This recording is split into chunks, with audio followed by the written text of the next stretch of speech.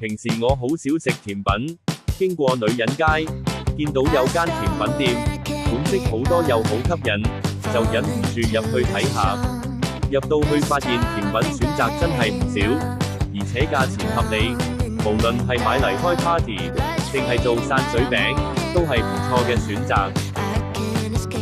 我揀咗2款蛋糕試下，分別係開心果吉士流心巴斯克同草莓拿破崙，味道都好唔錯。作為開心果控，第一時間就揀咗開心果吉士流心巴斯克。呢個芝士蛋糕質感結實，芝士味香濃，但又唔會搶走開心果吉士嘅風頭，兩者融合得好夾。開心果味道濃郁，油潤香氣突出，完全係我想要嘅味道。